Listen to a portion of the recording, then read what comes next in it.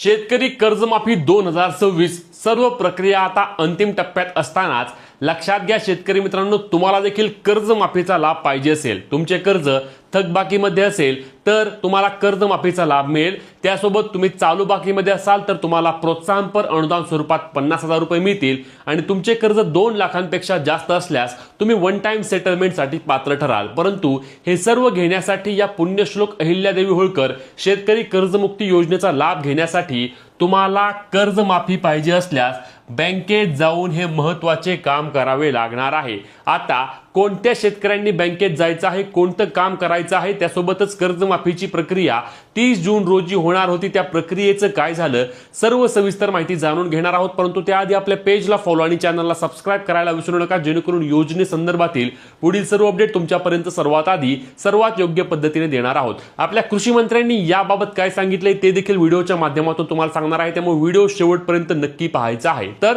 शेतकरी मित्रांनो लक्षात घ्या, ज्या शेतकऱ्यांना कर्जमाफीचा लाभ पाहिजे, आता 30 जूनची प्रक्रिया ही 5 जुलैला होणार आहे। आपल्याला माहिती आहे राज्यपालांची सही झाल्यानंतर शेतकऱ्यांच्या खात्यामध्ये प्रत्यक्षात निधी वितरित केला जाईल, याद्या प्रसिद्ध करून त्यांचे आधार प्रमाणीकरण करून घेतले जाईल। पण तुम्हाला कर्जमाफीचा लाभ पाहिजे असल्यास तुम्हाला काय करायचं लक्षात घ्या, यामध्ये लगेच बँकेत जा आणि कर्ज खाते तुमच्या आधारशी संलग्न करून घ्या। म्हणजे काय करायचं आहे लक्षात घ्या, या योजनेचा उद्देश केवळ कर्जमाफी देणे एवढाच नाही तर शेतकऱ्यांना आर्थिकदृष्ट्या सक्षम करणे, त्यांचा आत्मविश्वास वाढवणे आणि राज्यातील शेती क्षेत्राला नवसंजीवनी देणे हा आहे असे आपल्या कृषी मंत्र्यांनी सांगितलं आहे। त्यासोबत शेतकऱ्यांनी कोणत्याही विलंबाशिवाय बँकेत जाऊन आपले कर्ज खाते आधार कार्डशी संलग्न करून घ्यायचे आहे असे आवाहन सहकार विभागाकडून करण्यात आले आहे। आता ज्यांचे राष्ट्रीयकृत बँकांमध्ये कर्ज असतं त्या राष्ट्रीयकृत बँकांमध्ये तुमचं आधार कार्डशी कर्ज खातं आधीच जोडलं गेलं असतं, त्यामुळे तुम्हाला तिथे जायची आवश्यकता नाही। परंतु सहकारी बँका असतात, सोसायट्या असतात, अशा ठिकाणी जर तुमचे कर्ज असेल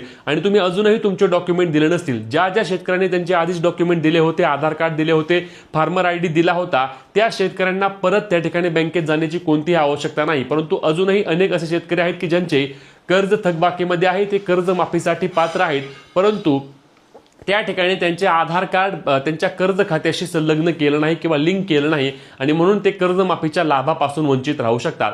यासाठी आपण पाहिलं होतं की प्रत्येक जिल्ह्यावर एक जिल्हास्तरीय समिती नेमली होती आणि ती समिती अशा संदर्भात काम करणार होती आणि या समितींच्या द्वारेच अशा संदर्भात शेतकऱ्यांना आवाहन केलं जात आहे की शेतकरी मित्रांनो तुम्ही काय करा, तुमचे कर्ज खाते तुमच्या आधार कार्डशी संलग्न आहे का याची खात्री करून घ्या।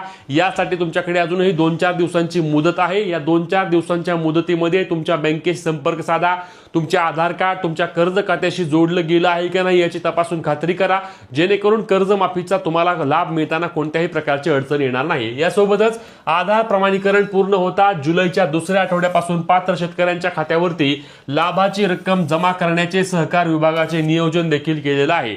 या महत्त्वाकांक्षी योजनेमुळे राज्यातील सुमारे 56 लाख शेतकऱ्यांना 36,500 कोटी रुपयांची आर्थिक मदत केली जाणार आहे। आता या संदर्भात आपल्या कृषी मंत्र्यांनी देखील काय सांगितलंय ते देखील व्हिडिओमध्ये नक्की पहा आणि तुमचे जे काही प्रश्न असतील, ज्या काही शंका असतील ते देखील आम्हाला कमेंटच्या माध्यमातून नक्की विचारा। आपण पुढच्या व्हिडिओमध्ये भेटणार आहोत, त्यामुळे व्हिडिओ शेवटपर्यंत पाहून पेजला फॉलो, चॅनलला सबस्क्राइब करायला विसरू नका। जय महाराष्ट्र।